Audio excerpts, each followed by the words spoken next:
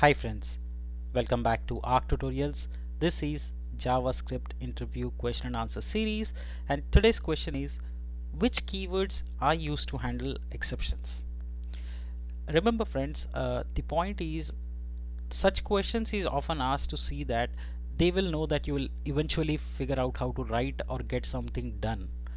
But the interviewer here is interested in knowing what would you do, how would you handle when something goes wrong in your code, or will your code be able to handle when there are exceptions, right? So these are very tricky questions, so make sure that you know very well. So what are the keywords that are used to handle exceptions in JavaScript?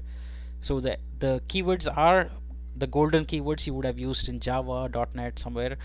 It's try catch block with finally, right? So you have the try block where you define the kind of block that you wanted to execute, where you write your logic. Then you write the catch, which is the block where you say if something goes wrong, what should happen. Then you would say finally, which is where you would check if something has gone wrong. You will clean up the data. If even if something has done, you would want to reset, or you want to at least send a message or update a queue, etc. So these are the three blocks that you should explain when they talk about exception handling. That is try, catch, finally, right?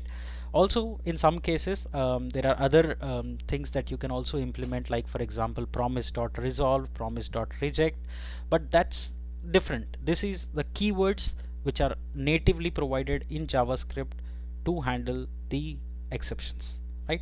So you will write try, catch, finally. That's why you will handle the exceptions in JavaScript. Thank you so much for joining. I hope this was informative to you. You will learn something new. Keep learning, keep growing. Do let me know if you have any questions or doubts in the comment section. I'll be happy to answer them. Don't forget to subscribe to my channel. Thank you so much for joining.